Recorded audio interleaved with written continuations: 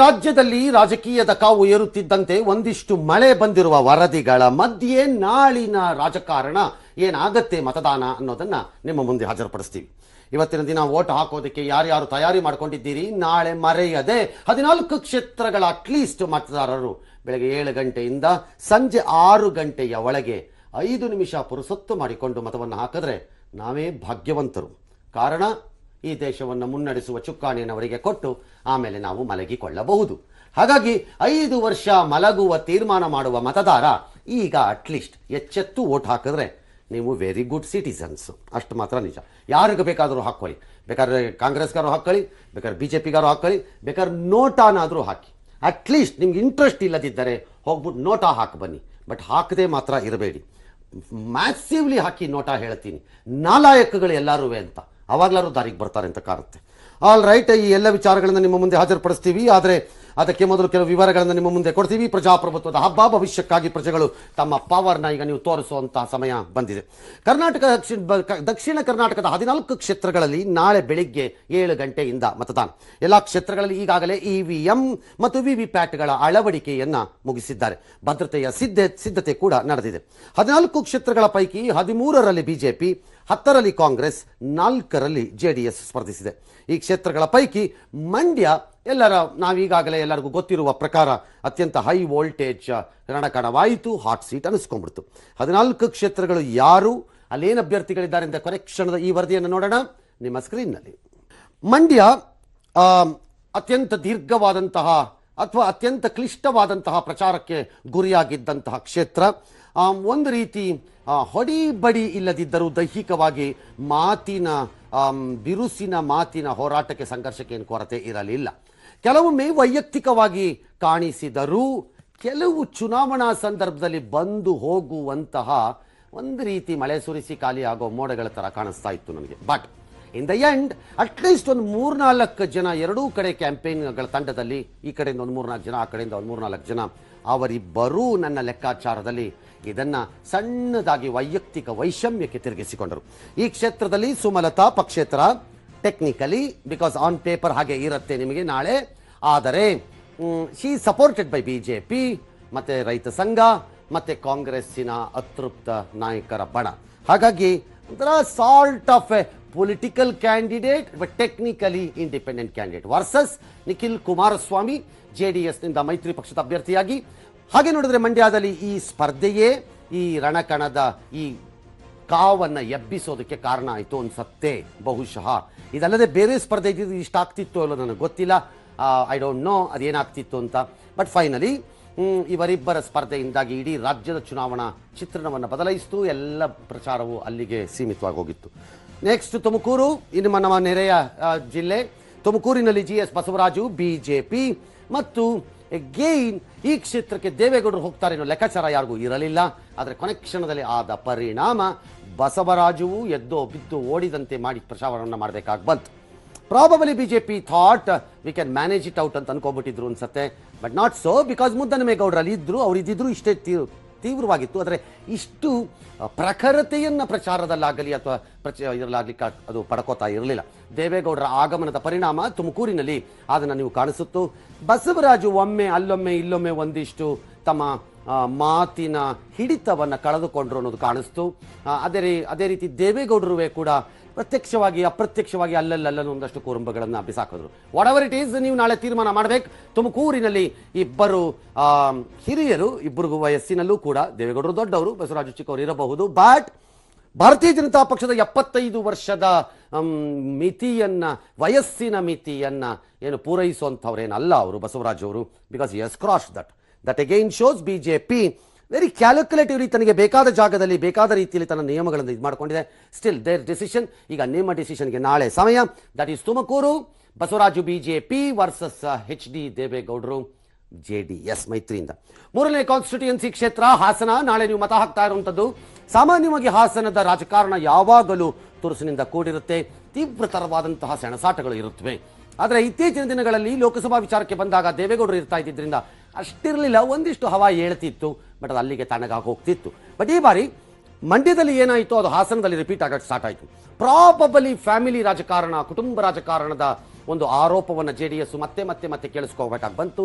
Technically correct, but practically ಎಲ್ಲ ರಾಜಕೀಯ ಪಕ್ಷಗಳು ಅದನ್ನೇ ಮಾಡ್ಕೊಂಡು ಬಂದಿವೆ. ಇವತ್ತೂ ಕೂಡ ಶತ್ರುಘ್ನ ಸಿನ್ಹಾ ಅವರ ಪತ್ನಿಯನ್ನ ಇನ್ನೊಂದು ಪಕ್ಷದಿಂದ ಇಳಿಸಿದ್ದಾರಷ್ಟೇ.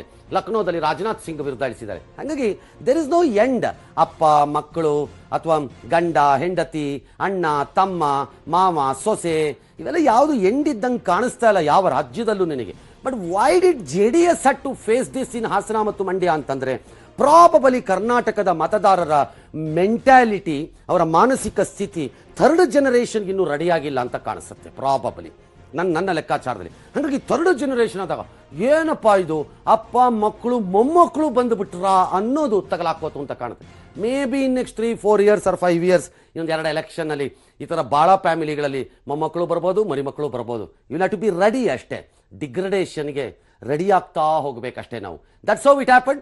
ಬಟ್ ಭಾರತೀಯ ಜನತಾ ಅದು ವಿರೋಧಿಗಳ ಈ ಎಲ್ಲ ಮಾತುಗಳನ್ನು ಕೇಳಿ ನಡುವೆ ಎರಡೂ ಮೊಮ್ಮಕ್ಕಳನ್ನು ತರುವಂತಹ ಧೈರ್ಯವನ್ನು ದೇವೇಗೌಡರು ತಂದೆ ಬಿಟ್ಟರು, ಮಾಡೇ ಬಿಟ್ಟರು. ಹಾಸನದಲ್ಲಿ ಆ ಕ್ಷೇತ್ರವನ್ನು ಬಿಟ್ಟುಕೊಟ್ರು ರೇವಣ್ಣ ಅವರ ಪುತ್ರ ಪ್ರಜ್ವಲ್ಗೆ. ಆದರೆ ಅದಕ್ಕೆ ಸಡ್ಡು ಹೊಡೆಯುವ ರೀತಿಯಲ್ಲಿ ನಿರೀಕ್ಷೆ ಮಾಡದಂತೆ ಮಂಜು ಕೊನೆ ಕ್ಷಣದಲ್ಲಿ ಬಿಜೆಪಿಗೆ ಹಾರಿ ಹೋಗಿದ್ದು ಇನ್ನಷ್ಟು ಕಥನ ಕುತೂಹಲವನ್ನು ಹೆಚ್ಚಿಸಿದೆ. ಸಹಜವಾಗಿ ಮಂಡ್ಯದಲ್ಲಿ ಸುಮಲತಾಗೆ ಗ್ರೌಂಡ್ ಸಪೋರ್ಟ್ ಅನ್ನ ಅಂದ್ರೆ ತಳಮಟ್ಟದ ಬೆಂಬಲವನ್ನ ಕಾಂಗ್ರೆಸ್ನ ಅತೃಪ್ತಾತ್ಮಗಳೇ ಕೊಡಬೇಕಾಗಿ ಬಂದಿದ್ದರು. ಅವ್ರದ್ದು ಓನ್ ಅಂತ ಏನು ಇಲ್ಲ ಅಲ್ಲಿ, ಆ ತೃಪ್ತರೇ ಕೊಡಬೇಕಾ ಗ್ರೌಂಡ್ ಸಪೋರ್ಟ್ನ. ವೆರಾಜ್ ಹಾಸನದಲ್ಲಿ ಮಂಜುಗೆ ಆ ಗ್ರೌಂಡ್ ಸಪೋರ್ಟ್ ಇದೆ ಕಾಂಗ್ರೆಸ್ ಮತ್ತು ಬಿಜೆಪಿದು. ಹಾಗಾಗಿ ನಾವು ನಿರೀಕ್ಷೆ ಮಾಡಿದ್ದಕ್ಕಿಂತ ಹೆಚ್ಚಿನ ಫೈಟಿಂಗು ಕಾಣಿಸಿದೆ. ಅದು ಮಂಡ್ಯ ನಿಮ್ಮ ಮುಂದೆ.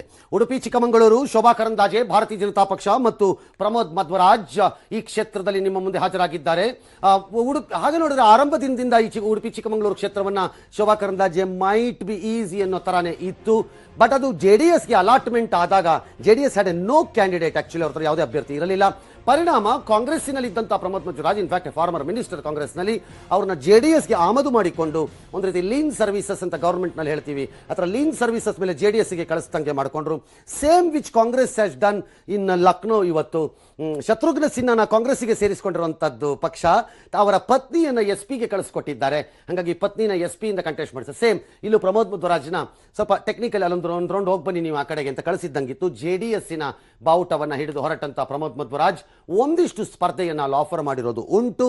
ಹಾಗಾಗಿ ಶೋಭಾ ಕರಂದ್ಲಾಜೆ ವರ್ಸಸ್ ಪ್ರಮೋದ್ ಮಧ್ವರಾಜ್ ಹಾಸನ ಮಂಡ್ಯ ಮತ್ತು ತುಮಕೂರಿನ ರೀತಿಯ ಸ್ಪರ್ಧೆ ಅಲ್ಲದಿದ್ದರೂ ಕಡೆಗಣಿಸುವ ರೀತಿಯಲ್ಲೇನು ಫೈಟಿಂಗ್ ನಡೆಯುತ್ತೆ ಅಂತ ನನಗೆ ಅನ್ನಿಸ್ತಾ ಇಲ್ಲ. It's a very ticklish constituency. Next Mysuru ಮತ್ತು ಕೊಡಗು ಮೈಸೂರಿನಲ್ಲಿ ಪ್ರತಾಪ ಸಿಂಹ ಭಾರತೀಯ ಜನತಾ ಪಕ್ಷ ಮತ್ತು ವಿಜಯ ಶಂಕರ್ ಕಾಂಗ್ರೆಸ್. ಒಂದು ವೈಪರೀತ್ಯದೊಂದಿಗೆ ನಡೆದಂತಹ ಈ ಚುನಾವಣೆಯಲ್ಲಿ ಪ್ರತಾಪ್ ಸಿಂಹ ಕಳೆದ ಬಾರಿ ಎಲ್ಲಿಂದಲೋ ಇದ್ದವರು ಏಕಾಏಕಿ ಬಂದು ಅಭ್ಯರ್ಥಿಯಾಗಿ ಬಿಟ್ಟರು ಅನ್ನೋ ಆರೋಪ ಇತ್ತು. ಆಗ ಅಲ್ಲಿ ವಿಜಯಶಂಕರ ಅಭ್ಯರ್ಥಿ ಆಗಬೇಕು ಅಂತ ಬಯಸಿದ್ರು ಬಿಜೆಪಿಯಿಂದ, ಅವ್ರಿಗೆ ಕೊಡ್ಲಿಲ್ಲ. ಅವ್ರು ತಗೊಂಡೋಗಿ ಹಾಸನಕ್ಕೆ ಶಿಫ್ಟ್ ಮಾಡಿಬಿಟ್ಟಿದ್ರು ಬಿಜೆಪಿಯವರು. ಅದಾದ್ಮೇಲೆ ವಿಜಯಶಂಕರ್ ಕೋಪ ಮಾಡಿಕೊಂಡು ಈಗ ಕಾಂಗ್ರೆಸ್ ಸೇರಿದ್ದಾರೆ. ಪರಿಣಾಮ ಯಾರು ಜಾಗ ಬಿಟ್ಕೊಟ್ಟಿದ್ರು, ಯಾರನ್ನ ಅಪೋಸ್ ಮಾಡಿದ್ರು, ಈಗ ಅವರಿಬ್ಬರೇನೆ ಪ್ರತಿಸ್ಪರ್ಧಿಗಳಾಗಿ ಫೇಸ್ ಮಾಡಬೇಕಾಗಿ ಬಂದಿದೆ ಒಂದು ಕಡೆ. ನಂಬರ್ 2, ಅಲ್ಲಿ GT ದೇವೇಗೌಡ ಸಿದ್ದರಾಮಯ್ಯನವರ ಗಳಸೆ ಕಂಠಸ್ಯ ಪ್ರಕಟವಾದಂಥ ರೀತಿಯಿಂದಾಗಿ ಅಲ್ಲೇನಾಗತ್ತೆ ಅನ್ನೋ ಕುತೂಹಲ ಈಗ ಹೆಚ್ಚಾಗಿದೆ. There is no third candidate like JDS. ಕಳೆದ ಬಾರಿ ಪ್ರತಾಪ್ ಸಿಂಹ ಅದು ಹೆಲ್ಪ್ ಆಗಿತ್ತು, JDS ಕ್ಯಾಂಡಿಡೇಟ್ ಅಂತಿತ್ತು. ಈ ಎಲ್ಲ ಮ್ಯಾಟರ್ನ ಮಧ್ಯದಲ್ಲಿ ಪ್ರತಾಪ್ ಸಿಂಹ ಅಷ್ಟು ಸುಲಭವಾಗಿ ನಾನು ಗೆದ್ದು ಬಿಡ್ತೀನಿ ಅನ್ನೋ ಥರ ಮಾತನಾಡೋಕೆ ಕಷ್ಟ ಇರ್ಬೋದು. ಬಟ್ ಪ್ರಾಬಬಲಿ ಗೊತ್ತಿಲ್ಲ, ನೀವು ನಾಳೆ ಅದನ್ನು ತೀರ್ಮಾನ ಮಾಡ್ತೀರಿ ಅಂತ ಕಾಣುತ್ತೆ. There seems to be a tough fight going on ಅಂತ ಕಾಣುತ್ತೆ. All right. ಬೆಂಗಳೂರು ದಕ್ಷಿಣಕ್ಕೆ ಬಂದ ತೇಜಸ್ವಿ ಸೂರ್ಯ. ಈ ಕ್ಷೇತ್ರವೂ ಕೂಡ ತನ್ನದೇ ಆದ ರೀತಿಯಲ್ಲಿ ಒಂದಿಷ್ಟು ಸುದ್ದಿಯನ್ನ ಮಾಡಿತ್ತು. ಕೊನೆ ಕ್ಷಣದವರೆಗೆ ತೇಜಸ್ವಿನಿ ಅನಂತಕುಮಾರ್ ಅವರಿಗೆ ಈ ಟಿಕೆಟ್ ಅಂತ ಘಂಟಾಘೋಷವಾಗಿ ಪ್ರಕಟ ಮಾಡಿದಂಥ ರಾಜ್ಯ ನಾಯಕರು ಮಂಡಿ ಊರಿ ಬೆನ್ನು ಬಗ್ಗಿಸಿ ತೆವಳುತ್ತಾ ಹಾಗೆ ನಾಲಿಗೆಯನ್ನು ಚಾಚಿಕೊಂಡು ಮುಂದಕ್ಕೆ ಹಾರಿ ಹೋಗಿಬಿಟ್ಟರು ಹೈಕಮಾಂಡ್ನ ಮುಂದೆ. ಇದರ ಪರಿಣಾಮ ಕಳೆದ ಬಾರಿ ಪ್ರತಾಪ ಸಿಂಹ ಆಗಮಿಸಿದ ರೀತಿಯಲ್ಲಿ, ತೂಫಾನಿನಂತೆ ಆಗಮಿಸಿದ ರೀತಿಯಲ್ಲಿ ಈ ಬಾರಿ ತೇಜಸ್ವಿ ಸೂರ್ಯ ಬಿರುಗಾಳಿಯಂತೆ ಆಗಮಿಸಿಬಿಟ್ಟರು. ಕೊನೆ ಕ್ಷಣದಲ್ಲಿ ಯಾರಿಗೂ ಅವಕಾಶ ಸಿಗದಂತೆ ಮಾಡಿದ BJP probably it was A strategy ಅಂತ ಕಾಣುತ್ತೆ.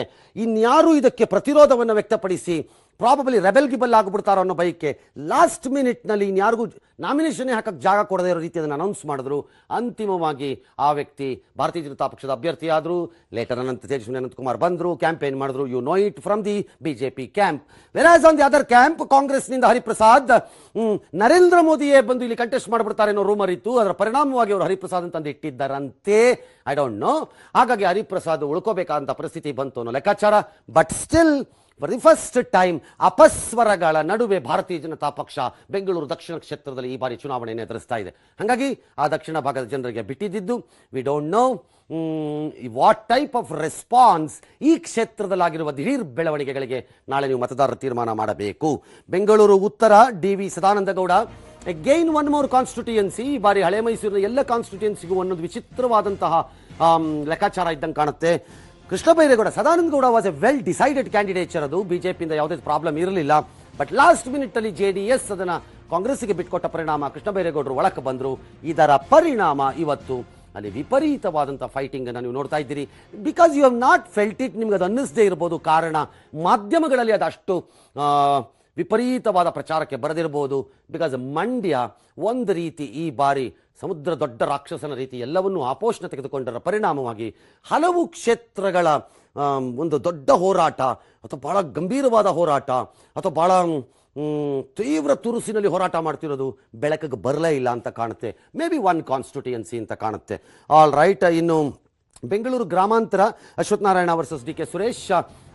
ಓಕೆ, ಮೊದಲು ಯೋಗೇಶ್ವರ್ ಅನ್ಕೋತಾ ಇದ್ರು, ಅದಾದ್ಮೇಲೆ ಅಲ್ಲಿ ಆಗಲಿಲ್ಲ. ಕೊನೆಗೆ ಅಶ್ವಥ್ ನಾರಾಯಣ ಅವ್ರನ್ನ ತಂದಿದ್ರು. ನೌ ಯು ಹ್ಯಾವ್ ಗಾಟ್ ಸೆಂಟ್ರಲ್ನಲ್ಲಿ let me go to central first. Mohan BJP, Rizwan Arshad ಕಾಂಗ್ರೆಸ್ನಿಂದ. ಭಾಳ ಕೂಲರ್ ಆ ಥರದ್ದು ಯಾವ್ದಾದ್ರು ಒಂದು ಕಾನ್ಸ್ಟಿಟ್ಯೂಯನ್ಸಿ ಅಂತ ಕರ್ನಾಟಕದಲ್ಲಿ ಈ ಬಾರಿ ಕಾಣಿಸಿದ್ರೆ ಅದು ಸೆಂಟ್ರಲ್ ಅಂತ ಕಾಣಿಸ್ತಾ ಇದೆ. Both candidates R okay. ಇಬ್ರು ಕೂಲಾಗೆ ಕ್ಯಾನ್ವಸ್ ಮಾಡಿದ್ದಾರೆ. ಬಹಳ ದೊಡ್ಡ ಗಜಿಬಿಜಿಗಳನ್ನು ಯಾವುದನ್ನು ಕ್ರಿಯೇಟ್ ಮಾಡಲಿಲ್ಲ. ಎಕ್ಸೆಪ್ಟ್ ಇಂಡಿಪೆಂಡೆಂಟ್ ಕ್ಯಾಂಡಿಡೇಟ್ ಒಂದಿಷ್ಟು ಹವಾನ ಎಪ್ಸಿದ್ರು ಅಲ್ಲಿ, which is through Prakash Raj ಅವರ ಬಂದಿರುವಂಥದ್ದು. ಹಾಗಾಗಿ probably a cool constituency. Result need not be cool ಆಗಿರಬೇಕು ಅಂತ ಯಾವ ಲೆಕ್ಕಾಚಾರನೂ ಇಲ್ಲ. But that is how central works. ನಿಮ್ಮ ಮುಂದೆ ಸೆಂಟ್ರಲ್. ಇನ್ನು ಗ್ರಾಮಾಂತರ Ashwath Narayan versus BJP versus D K Suresh Congress. D K ಸುರೇಶ್ಗೆ ಯಾವ ಪ್ರಾಬ್ಲಮ್ಮು ಮೊದಲಿಂದಾನೂ ಇರಲಿಲ್ಲ, ಬಿಕಾಸ್ ಅದು ಮೈತ್ರಿ ಆಗಿದ್ದರ ಪರಿಣಾಮ. ಆದರೆ ಅಶ್ವಥ್ ನಾರಾಯಣ್ ಇಲ್ಲಿಗೆಂದೇ ತಯಾರಿ ಮಾಡಿಕೊಂಡು, ಇಲ್ಲಿಗೆಂದೇ ಹೋರಾಡಿಕೊಂಡು, ಇಲ್ಲೇ ಒಂದು ರೀತಿ ದೀರ್ಘಕಾಲದಿಂದ ಈ ಕ್ಷೇತ್ರವನ್ನು ಪೋಷಿಸಿಕೊಂಡು ಬಂದು ಕಾನ್ಸ್ಟಿಟ್ಯೂಯನ್ಸಿ ಒಳಗೆ ಬಂದಿದ್ದಾರೆ. ಅದರ ಪರಿಣಾಮ ತೀವ್ರ ಅನ್ನೋ ಥರ ಅಲ್ಲ. It looks like a last minute choice Ashwath ನಾರಾಯಣ್ದು. But still he has offered ತನ್ನ ಪ್ರತಿರೋಧವನ್ನು ಒಡ್ಡಿದ್ದಾರೆ. ಕೆಲವು ಬೆಂಗಳೂರಿನ ನಗರ ಪ್ರದೇಶದ ಕ್ಷೇತ್ರಗಳಲ್ಲೂ ಕೂಡ ಮತಗಳನ್ನು ಹೊಂದಿರೋದ್ರಿಂದ ಈ ಕ್ಷೇತ್ರ ಒಂದಿಷ್ಟು ಮತಗಳು ಹೆಂಗಾಗುತ್ತೋ ಏನೋ ಲೆಕ್ಕ ಇಲ್ಲ. But there appears to be a good fight. ಇನ್ನು ಚಿಕ್ಕಬಳ್ಳಾಪುರ BN ಬಚ್ಚೇಗೌಡ ವರ್ಸಸ್ ವೀರಪ್ಪ ಮೊಯ್ಲಿ. ವೀರಪ್ಪ ಮೊಯ್ಲಿ ಅವರಿಗೆ ಟಿಕೆಟ್ ತಪ್ಪಿಸ್ತಾರೆ ಅನ್ಕೊಂಡಿದ್ರು. ಬಟ್ ವೀರಪ್ಪ ಮೊಯ್ಲಿ ಅವರು ಟಿಕೆಟ್ ಏನೋ ಮ್ಯಾನೇಜ್ ಮಾಡಿಬಿಟ್ರು. ಬಟ್ ಬಚ್ಚೇಗೌಡರನ್ನ ಬಿಜೆಪಿಯವರು ರಿಪೀಟ್ ಮಾಡಿಬಿಟ್ರು. ಆದರೆ ಎರಡರ ಮಧ್ಯದಲ್ಲಿ ನಮಗೆ ಕಣ್ಣಿಗೆ ಕಾಣಿಸದೆ ಹೊರಟು ಹೋಗಿದ್ದು ಅಲ್ಲಿ JDSನ ಆಬ್ಸೆನ್ಸ್. ಈ ಬಾರಿ ಕಳೆದ ಬಾರಿ JDS ಅಲ್ಲಿ ಆಬ್ಸೆನ್ಸ್ ಇತ್ತು, ಹಾಜರಿ ಇತ್ತು.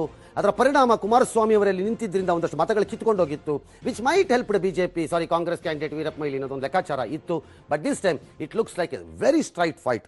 Probably one of the toughest constituencies ಇದ್ದಂಗಿದೆ. ಈ ಮಂಡ್ಯ ಹಾಸನದ ಮುಂದೆ ನಮ್ಗಳಿಗೆ ಇದು ಕಾಣಿಸ್ಲಿಲ್ಲ ಅನ್ಸುತ್ತೆ. Chikkaballapura it looks like extremely well fought election. ಬಹಳ ಕಷ್ಟಪಟ್ಟಿದ್ದಾರೆ ಇಬ್ಬರು ಅಭ್ಯರ್ಥಿಗಳು. ಆಯ್ಕೆ ನಿಮ್ಮದು. ಇನ್ನು Kolar S Muniswamy BJP, KH Muniyappa Congress. ಮೇಲ್ನೋಟಕ್ಕೆ ಕಾಂಗ್ರೆಸ್ನ KH ಮುನಿಯಪ್ಪ ಅವರಿಗೆ ಇಲ್ಲಿ ಯಾವುದೇ ರೀತಿಯಾದಂಥ ಪ್ರಚಾರದ ಸಂದರ್ಭಗಳಲ್ಲಿ ಸಮಸ್ಯೆಗಳಾಗಬಾರ್ದಾಗಿತ್ತು.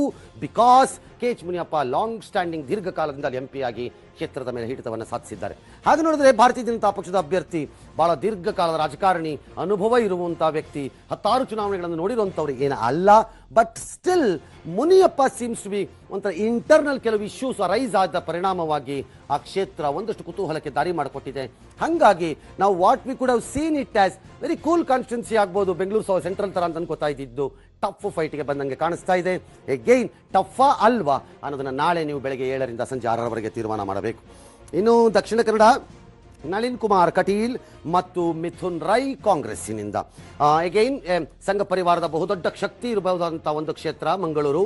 ನಳಿನ್ ಕುಮಾರ್ ಮತ್ತು ಮಿಥುನ್ ರೈ ಮೇಲ್ನೋಟಕ್ಕೆ ಬಹಳ ದೊಡ್ಡ ಲೀಡರ್ ರಾಜ್ಯ ಮಟ್ಟದಲ್ಲಿ ಅಂತ ಕಾಣಿಸ್ಕೊಳ್ಳದೆ ಇರಬಹುದು. But there reports he has offered a very good fight ಅಂತ ಹೇಳ್ತಾ ಇದ್ದಾರೆ. ಹಾಗಾಗಿ ಆ ಕಾನ್ಸ್ಟಿಟ್ಯೂಯನ್ಸಿ ಕೂಡ ಒಂಥರ ವಾಕ್ ಓವರ್ ಅನ್ನೋ ಥರ ಇಲ್ಲ.